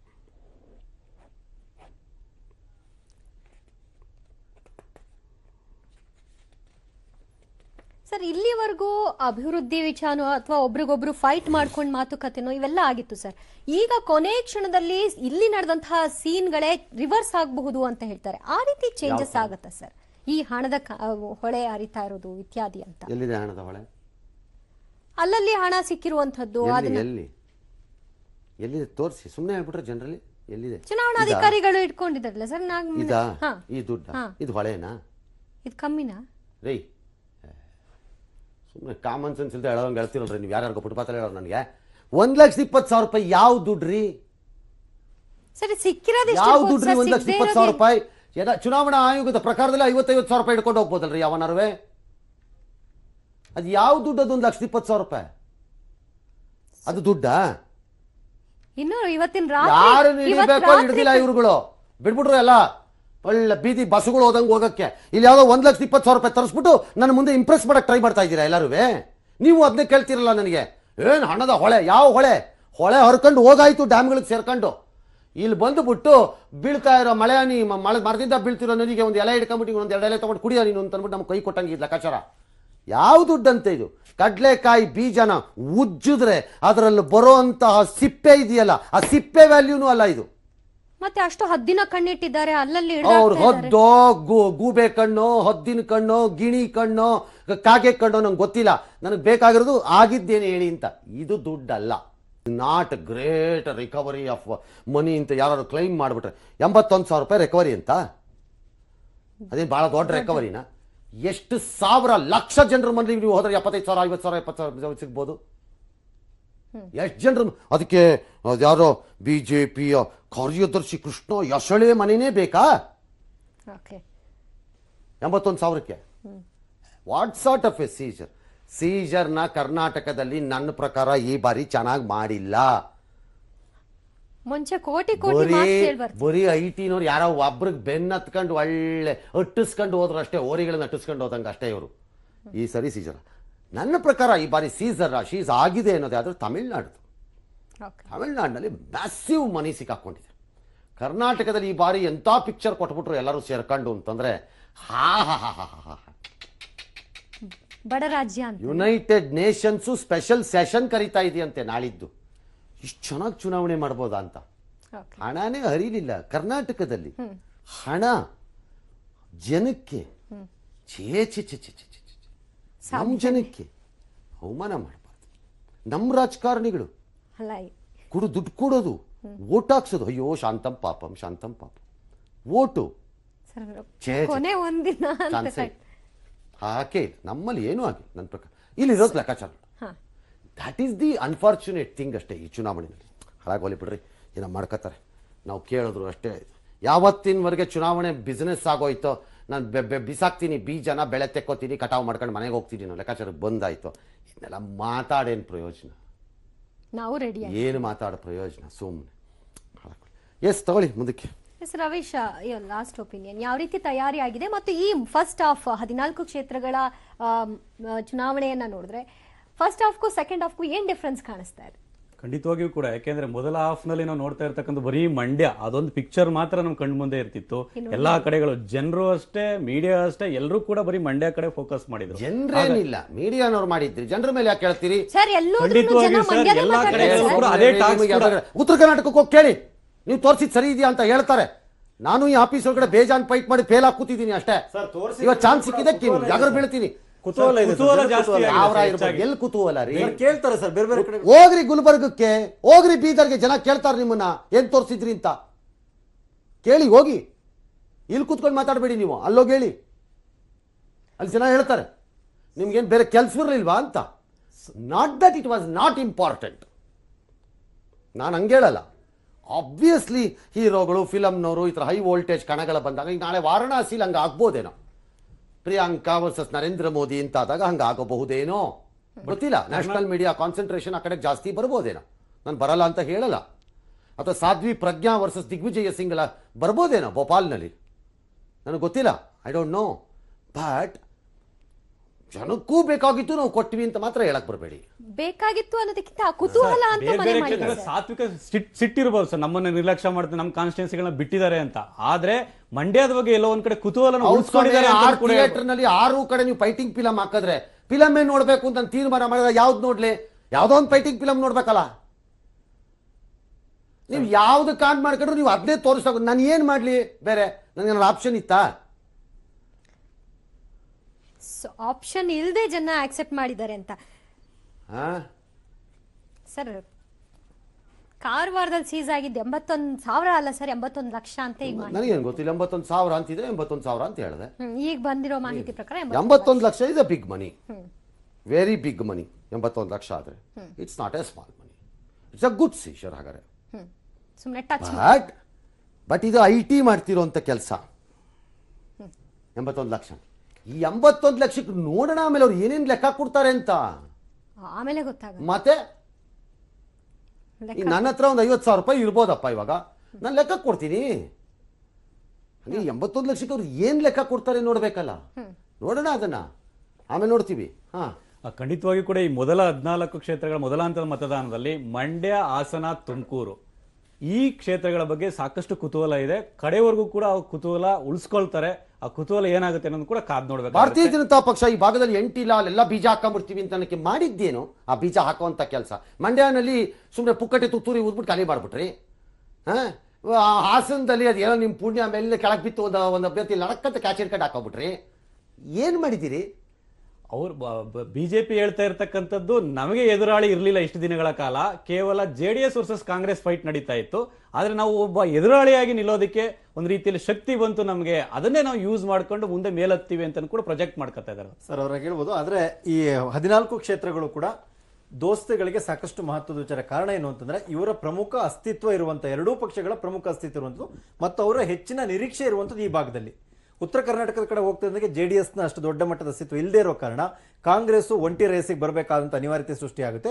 ಹಾಗಾಗಿ ಹೆಚ್ಚಿನ ಏನಾದರೂ ನಿರೀಕ್ಷೆಗಳಿದ್ರೆ ಇಲ್ಲೇ ಇರೋದ್ರಿಂದ ಇಲ್ಲಿ ಒಟ್ಟಾಗಿ ಎಷ್ಟು ತೆಗಿತಿರೋ ಅಷ್ಟು ಬಹುಶಃ ಮುಂದಿನ ದಿನಗಳಲ್ಲಿ ಚುನಾವಣೆಯ ನಂತರ ಸರ್ಕಾರದ ವಿಚಾರ, ಮತ್ತೊಂದು ದೋಸ್ತಿ ಮುಂದುವರಿಕೆ ಎಲ್ಲದರ ಮೇಲೂ ಕೂಡ ಪ್ರಭಾವ ಬೀರುವಂತಹ ಒಂದು ನಿರ್ಣಾಯಕ ಆಗುತ್ತೆ ಈ 14 ಕ್ಷೇತ್ರಗಳು ಅನ್ನುವಂಥದ್ದು ಸರ್. ಆಮೇಲೆ ಲಾಸ್ಟ್ 1 ತಿಂಗಳಲ್ಲಿ 2 ರಾಷ್ಟ್ರೀಯ ಪಕ್ಷಗಳು, ಅಫ್ಕೋರ್ಸ್ ಸರ್ ಮೈತ್ರಿ ಪಕ್ಷ, did you consider BJP or Congress ಇಬ್ರು ಹೇಳಿ ಕ್ಯಾಂಪೇನ್ ಅನ್ನ ಡೀಸೆಂಟ್ ಆಗಿ, ಗಂಭೀರವಾಗಿ, ಜನಮೆಚ್ಚುವ ರೀತಿ ಮಾಡಿದ್ರು ಅಂತ ಅಂತೀರಾ? ಖಂಡಿತವಾಗಿ ಕೂಡ ಕಳೆದ ವಿಧಾನಸಭೆ ಚುನಾವಣೆಗೆ ಹೋಲಿಸಿದಂತ ಸಂದರ್ಭದಲ್ಲಿ ಈಗ ಅದನ್ನ ಒಂದು ರೀತಿಯಲ್ಲಿ ಮಾಡಲಿಲ್ಲ. ರಾಷ್ಟ್ರೀಯ ಪಕ್ಷಗಳ ಆಗಿರ್ಬೋದು ಮತ್ತೆ ಅವರ ನಾಯಕರಾಗಿರ್ಬೋದು ಎಲ್ಲೋ ಒಂದ್ ಕಡೆ ನಾಮಕಾವಸ್ಥೆಗೆ ಮಾಡಬೇಕು ಅನ್ನೋ ನಿಟ್ಟಿನಲ್ಲೂ ಕೂಡ ಮಾಡಿದ್ದಾರೆ. ಅದು ಯಾವ ರೀತಿ ಜನ ತಗೋತಾರೆ ಅನ್ನೋದು ಕಾದ್ ನೋಡ್ಬೇಕು. ಸರ್, ಆ ವ್ಯತ್ಯಾಸ ಸ್ಪಷ್ಟವಾಗಿ ಕಾಣಿಸ್ತಿತ್ತು ಸರ್. 2014ರ ಲೋಕಸಭೆ ಚುನಾವಣೆ ಮತ್ತು 2019ರ ಲೋಕಸಭೆ ಚುನಾವಣೆ ಎರಡಕ್ಕೂ ಕಂಪೇರ್ ಮಾಡಿದ್ರೆ 2014ರಲ್ಲಿ ಇದ್ದಂತ ಜೋಶು ಕಾಣಲಿಲ್ಲ. ಕೊನೆ ಪಕ್ಷ 2018ರ ವಿಧಾನಸಭೆ ಚುನಾವಣೆಯಲ್ಲಿ ಇದ್ದಂತ ಜೋಶ್ ಇದೆ ಸರ್. ಅದಕ್ಕೆ ಕಂಪೇರ್ ಮಾಡಿದ್ರು ಕೂಡ ಈ ಬಾರಿ ಆ ರೀತಿ ಯಾವ ಭಾಷೆಯ ಬಳಕೆ ಮತ್ತು ವಾಗ್ಬಾಣಗಳನ್ನ ಬಿಡೋದ್ರಲ್ಲಿ ಅಟ್ಲೀಸ್ಟ್ ಅಷ್ಟರಲ್ಲಾದ್ರೂ ಕರ್ನಾಟಕದಲ್ಲಿ ಡಿಸೆಂಟ್ ಆಗಿದ್ರಾ? ಖಂಡಿತವಾಗಿಯೂ ಕೆಲವೊಂದು ಕಾನ್ಸ್ಟಿಟ್ಯೂನ್ಸಿಗಳಲ್ಲೂ ಕೂಡ ಅದು ತೀರಾ ವೈಯಕ್ತಿಕವಾಗಿ ಹೋಗಿತ್ತು. ಅಂದ್ರೆ 3-4 ಕಾನ್ಸ್ಟಿಟ್ಯೂನ್ಸಿಗಳಲ್ಲಿ. ಅದನ್ನ ಬಿಟ್ರೆ ಬೇರೆ ಬೇರೆ ಕಾನ್ಸ್ಟಿಟ್ಯೂನ್ಸಿಗಳಲ್ಲಿ ಸದ್ದೆ ಮಾಡಲಿಲ್ಲ ಮೀನ್ಸ್ ಎಲ್ಲ ಒಂದ್ ಕ್ಷೇತ್ರ ಕಡೆ ಕಾನ್ಸಂಟ್ರೇಟ್ ಮಾಡಿ ಅವ್ರು ಅಲ್ಲಿ ಲೋಕಲ್ ಅಲ್ಲಿ ಸದ್ದು ಮಾಡಿದ್ದಾರೆ. ಹಾಗಾಗಿ ನಿಮಗೆ ಟಿವಿ ಒಳಗಡೆ ಸದ್ದಾಗಿಲ್ಲ ಅಷ್ಟೇ, ಅದನ್ನ ಸದ್ದಾಗಿಲ್ಲ ಅಂದ್ಬಿಟ್ರೆ ಸರ್ ನೀವು ಹೇಳೋದು ಕರೆಕ್ಟ್ ಇದೆ ಸರ್. ಆದ್ರೂ ಕೂಡ ನೀವು ಇಡೀ ರಾಜ್ಯದಲ್ಲಿ ಕಡೆ ಇಲ್ಲೇ ಹೋದ್ರು ಕೂಡ ಬಹುಶಃ ಮಾಧ್ಯಮಗಳ ಕಾರಣಕ್ಕಾಗಿರ್ಬೋದು, ಹೆಚ್ಚಿನ ಒಂದು ಸಿಕ್ತು ಕಾರಣ ಇರ್ಬೋದು, ಮಂಡ್ಯದ ಬಗ್ಗೆ ಇರುವಂತ ನಿರೀಕ್ಷೆ ಸರ್ ಬಹುಶಃ ಹಂಗ್ ಲೆಕ್ಕ ಹೋದ್ರೆ ಕಲಬುರಗಿ ಬಗ್ಗೆ ಅಷ್ಟೊಂದು ನಿರೀಕ್ಷೆ ಇರಬೇಕಿತ್ತು, ಹಾಸನ ಇರಬೇಕಿತ್ತು, ಅಥವಾ ತುಮಕೂರು ಇರಬೇಕಿತ್ತು. ಅವು ಯಾವೂ ಕೂಡ ಜನರ ಮನಸ್ಸಿನಲ್ಲಿ ಬಹುಶಃ ಇದು ಕಾಣಿಸ್ತಾ ಇಲ್ಲ. ಮಾಧ್ಯಮಗಳ ಕಾರಣಕ್ಕೋ ಯಾವ ಕಾರಣಕ್ಕೋ ಅದು ಹೇಳಕ್ಕಾಗಲ್ಲ. ಆದ್ರೂ ಕೂಡ ಮಂಡ್ಯ ಅನ್ನುವಂಥದ್ದು ಇಡೀ ರಾಜ್ಯದಲ್ಲಿ ಸಾಕಷ್ಟು ಕುತೂಹಲ ಕೆಳಿಸಿರುವಂತ. ಹೌದು ಸರ್. All right. ರಾಷ್ಟ್ರ ಮಟ್ಟದಲ್ಲಿ ಕೂಡ ನಾಳೆ ಅಷ್ಟೇ ಅಲ್ಲ, ಕರ್ನಾಟಕದ ಅಷ್ಟೇ ಅಲ್ಲ, ಹೊರಗಡೆನೂ ಕೂಡ ನಡೀತಾ ಇದೆ. ಹಲವಾರು ರಾಜ್ಯಗಳಲ್ಲಿ ನಾಳೆ ಚುನಾವಣೆ ನಡೆಯುತ್ತೆ. ಸುಮಾರು ತಮಿಳುನಾಡು, ಮಹಾರಾಷ್ಟ್ರ, ಉತ್ತರ ಪ್ರದೇಶ, ಒರಿಸ್ಸಾ, ಬಿಹಾರ, ಅಸ್ಸಾಂ, ಪಶ್ಚಿಮ ಬಂಗಾಳ, ಛತ್ತೀಸ್ಗಢ, ಜಮ್ಮು ಕಾಶ್ಮೀರ, ಮಣಿಪುರ, ತ್ರಿಪುರ, ಪುದುಚೇರಿ ಹೀಗೆ ಎಲ್ಲ ಕಡೆ ನಡೀತಾ ಇದೆ. ವೆಲ್ಲೂರಿನಲ್ಲಿ ಮಾತ್ರ ಚುನಾವಣೆಯನ್ನು ಮುಂದಕ್ಕೆ ಹಾಕಿದ್ದಾರೆ. ಬಿಕಾಸ್ ಅಲ್ಲಿ ಅದ್ಯಾರ್ದೋ ಮನೆಯಲ್ಲಿ ಒಂದು 11.5 ಕೋಟಿ ಸಿಕ್ಬಿಡ್ತಂತೆ, ಸೀಸ್ ಮಾಡಿದ್ರಂತೆ ಗೋಡೌನ್ನಲ್ಲಿ. ಇದ್ದಪ್ಪ ಸೀಸು 11.5 ಕೋಟಿ ಗೋಡೌನ್ನಲ್ಲಿ. ಪ್ಯಾಕೆಟ್ ಒಳಗಡೆ ಇಟ್ಟಿದ್ರಂತೆ, ಪ್ಯಾಕೆಟ್ ಮೇಲೆ ಬರೆದಿದ್ರಂತೆ ವಾರ್ಡ್ ನಂಬರು, ವೋಟರ್ಸ್ ಎಷ್ಟಿದ್ದಾರೆ, ಹೆಂಗ್ ತಲುಪಿಸ್ಬೇಕು ಅಂತ ಅದು ಬೇರೆ ಡೀಟೇಲಾಗಿ ಸಿಕ್ಕಿದ್ದಾರೆ. Very good. ಹಂಗಾಗಿ ಅದನ್ನು ಸಸ್ಪೆಂಡ್ ಮಾಡಾಕಿದ್ದಾರೆ ಚುನಾವಣಾ ಆಯೋಗ. ಉಳಿದ ಸುದ್ದಿಗಳನ್ನು ನಿಮ್ಮ ಮುಂದೆ ತರ್ತೀವಿ. ತಂದು ಲೆಟ್ಸ್ ಗೋ ಫಾರ್ವರ್ಡ್. ಏನೇನಾಗತ್ತೆ ಅಂತ ಎಲ್ಲದಕ್ಕಿಂತ ಇಂಪಾರ್ಟೆಂಟ್ ಒಂದು ಬಹುದೊಡ್ಡ ಚರ್ಚೆ ಕೂಡ ಪ್ರಾರಂಭ ಆಗಿದೆ. ಅದು ಸಾಧ್ವಿ ಪ್ರಜ್ಞಾ ಅವರನ್ನು ಭೋಪಾಲದಲ್ಲಿ ದಿಗ್ವಿಜಯ ಸಿಂಗ್ ಅವರ ಮೇಲೆ ಬಿಜೆಪಿ ಸ್ಪರ್ಧೆಗಿಳಿಸಿರೋದು. ಒಬ್ಬರು ಮಲೆಗಾಂವ್ ಸ್ಫೋಟ ಪ್ರಕರಣದಲ್ಲಿ ಆರೋಪಿ ಆದವರು, ಇನ್ನೊಬ್ಬರು ಹಿಂದೂಗಳೆಲ್ಲ ಟೆರರಿಸ್ಟ್ಗಳು ಅಂತ ಭಾಳ ಒಂಥರ ವಾಲ್ಮೀಕಿ ಟೈಪು ರಾಮಾಯಣ ಬರೆದಿದ್ದಂಗೆ ಇವರುವೇ ಕಾಯಿನ್ ಮಾಡಿಬಿಟ್ರು ವರ್ಡನ್ನು. ಈ ಮಹಾನ್ ವ್ಯಕ್ತಿ ದಿಗ್ವಿಜಯ್ ಸಿಂಗ್ ನಮಗೆ ಭಾಳ ಸಂಬಂಧ ಇರೋರು ತಾನೆ ಕರ್ನಾಟಕಕ್ಕೆ. ನಮಗೆ ದಕ್ಷಿಣ ಕರ್ನಾಟಕದಲ್ಲಿ ನಾಳೆ ಮತದಾನ ನಡೆಯುತ್ತೆ. ಅತ್ತ ಉತ್ತರ ಕರ್ನಾಟಕದಲ್ಲಿ ಪ್ರಧಾನಿ ಮೋದಿ ಬಾಗಲಕೋಟೆ ಚಿಕ್ಕೋಡಿನಲ್ಲಿ ಮಧ್ಯಾಹ್ನ ಸಮಾವೇಶದಲ್ಲೆಲ್ಲೋ ಮಾತಾಡ್ತಾರೆ. ಮಹಾರಾಷ್ಟ್ರದ ರ್ಯಾಲಿ ಮಾಡಿ ಅಲ್ಲಿಗೆ ಬರ್ತಾರೆ ಡ್ಯಾಶ್ ಅಂತ. ಈ ಮಧ್ಯೆ ಅವರೆಲ್ಲ ಭಾಷಣ ಮಾಡಿ ಪ್ರಧಾನಮಂತ್ರಿಗಳು, ಬೇಕಾದರೆ ನೀವು ನನ್ನನ್ನು ಬೈರಿ ವೈಯಕ್ತಿಕವಾಗಿ, ಆದರೆ ನನ್ನ ಜಾತಿಯನ್ನು ಬೈಯಬೇಡಿ. ಮೋದಿ ಎಲ್ಲ ಮೋದಿ ಅಂತ ಇಟ್ಕೊಂಡ್ರಲ್ಲ ಕಳ್ಳರು ಅಂತ ರಾಹುಲ್ ಗಾಂಧಿ ಹೇಳಿದ್ದಕ್ಕೆ ಅವರ ಆ ಪ್ರತಿಕ್ರಿಯೆಯನ್ನು ಕೊಟ್ಟಿದ್ದಾರೆ. ಅತ್ತ ರಾಹುಲ್ ಗಾಂಧಿ ಕೇರಳದ ವಯನಾಡಿಗೆ ಹೋಗಿದ್ದಾರೆ. ಅಲ್ಲೂ ಟೆಂಪರ್ ರನ್ ಮಾಡಿದ್ದಾರೆ. ತಿರುನೆಲ್ಲಿ ದೇವಾಲಯದಲ್ಲಿ ವಿಶೇಷ ಪೂಜೆ ಮಾಡಿದ್ರು. ಅಲ್ಲೇ ಅವರ ತಂದೆಯ ಇದನ್ನು ಸಮಾಧಿ ಅಲ್ರಿ, ಇದು ಏನು ಅವರ ಬೂದಿ ಇದರದ್ದನ್ನು ಅಲ್ಲಿ ವಿಸರ್ಜನೆ ಕೂಡ ಮಾಡಿದ್ರು ಅಲ್ಲಿ. ಹಾಗಾಗಿ ಆ ದೇವಸ್ಥಾನಕ್ಕೆ ಹೋಗಿದ್ದಾರೆ. ಇನ್ನು ಇತ್ತ ಭಾಳ ಸುದ್ದಿಯನ್ನು ಮಾಡಿದ್ದಂಥದ್ದು ಇವತ್ತಿನ ದಿನ 2008ರ ಮಲೆಗಾಂವ್ ಸ್ಫೋಟದ ಆರೋಪಿ ಸಾಧ್ವಿ ಪ್ರಜ್ಞಾ ಠಾಕೂರ್ ಬಿಜೆಪಿಗೆ ಸೇರ್ಕೊಂಡಿದ್ದಾರೆ. ಆಕೆ ದುರ್ಗಾವಾಹಿನಿ ತಂಡದಲ್ಲಿ ಇದ್ದಿದ್ದವರು. ಆಕೆ ಬಿಜೆಪಿ ಮೆಂಬರು ಆಗಿರಲಿಲ್ಲ. ಇವತ್ತು ಆಕೆಯನ್ನು ಮೆಂಬರ್ ಮಾಡಿ ಶಿವರಾಜ್ ಸಿಂಗ್ ಅವರ ಸಮ್ಮುಖದಲ್ಲಿ ಮಧ್ಯಪ್ರದೇಶದಲ್ಲಿ ಭೋಪಾಲ್ನಲ್ಲಿ ದಿಗ್ವಿಜಯ ಸಿಂಗ್ ಮೇಲೆ ಹಾಕಿದ್ದಾರೆ. ಅವ್ರನ್ನ ತೆಗೆದುಕೊಂಡು ಬಂದು ವಿಪರೀತವಾದ ಚರ್ಚೆಗೆ ಇದು ದಾರಿ ಮಾಡಿಕೊಟ್ಟಿದೆ. ಇವರಿಬ್ಬರ ಈ ಕಾಂಬಿನೇಷನ್ ಯಾವ ರೀತಿಯಾಗಿ ಟಾಕ್ ಕ್ರಿಯೇಟ್ ಮಾಡಬಹುದು ಸರ್ ಮುಂದಿನ ದಿನಗಳಲ್ಲಿ? ಈ ದಿಗ್ವಿಜಯ್ ಸಿಂಗ್ ಸಾಧ್ವಿ ಕಾಂಬಿನೇಷನ್ ಅಂದ್ರೆ ಇವರಿಬ್ಬರ ಫೈಟ್ ಯಾವ ರೀತಿ ಅಂದ್ರೆ ಇಬ್ರು ಕೂಡ ಆರೋಪಿ ಸ್ಥಾನದಲ್ಲಿದ್ದವರು ಅಂದ್ರೆ ಒಂದೊಂದು ವಿಚಾರಗಳಲ್ಲಿ. ಸೊ ಅದು ನಾಳೆ ದೇಶ ರಚನೆ ವಿಚಾರದಲ್ಲಿ ಇವ್ರ ಪಾತ್ರ ಹೇಗಿರ್ಬೋದು ಅಂತ.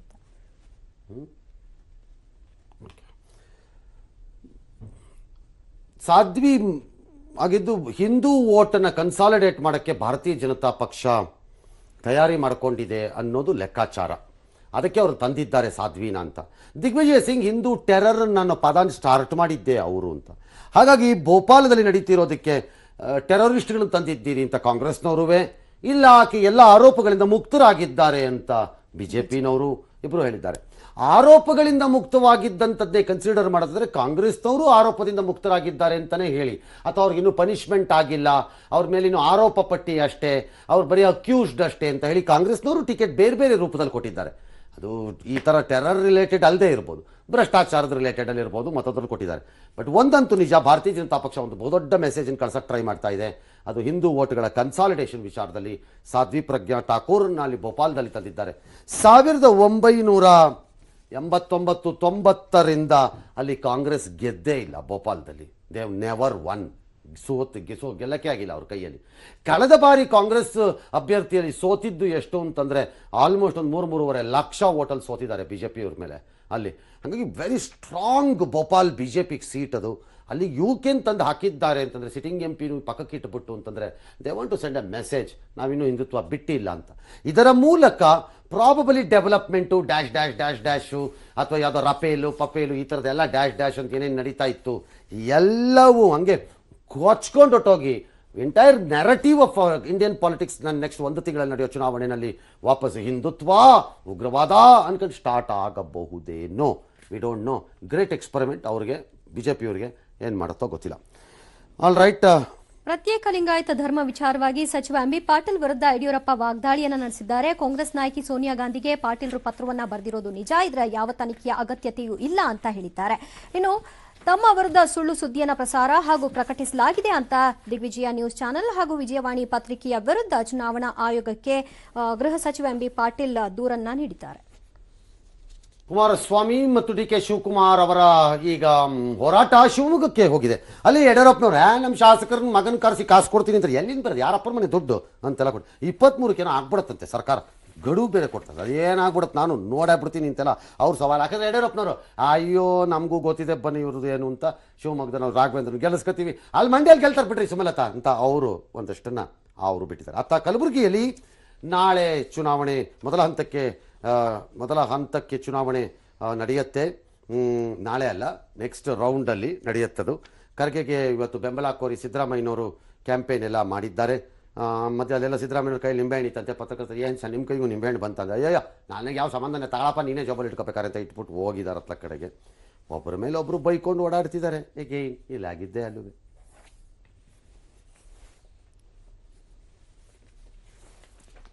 ರಾಜ್ಯದ ಹಲವೆಡೆಯಲ್ಲಿ ಮಳೆಯಾಗಿದೆ. ಬಿರುಗಾಳಿ ಸಹಿತ ಮಳೆಗೆ ಲುಂಬಿನಿ ಗಾರ್ಡನ್ ರಸ್ತೆಯಲ್ಲಿ ಮರ ಬಿದ್ದು ಬೈಕ್ ಸವಾರ ಸಾವನ್ನಪ್ಪಿದ್ದಾರೆ. ಸದಾಶಿವನಗರದಲ್ಲಿ ಮರ ಬಿದ್ದು ಕಾರೊಂದು ಜಖಂಗೊಂಡಿದೆ. ಇನ್ನು ದೊಡ್ಡಬಳ್ಳಾಪುರದಲ್ಲಿ ಮನೆ ಶೆಡ್ ಬಿದ್ದು 36 ವರ್ಷದ ಮಹಿಳೆ ಸಾವಿಗೀಡಾಗಿದ್ದಾರೆ. ದೊಡ್ಡಬಳ್ಳಾಪುರದಲ್ಲೇ ಚೆಕ್ ಪೋಸ್ಟ್ ಹಾರು ಹೋಗಿದೆ.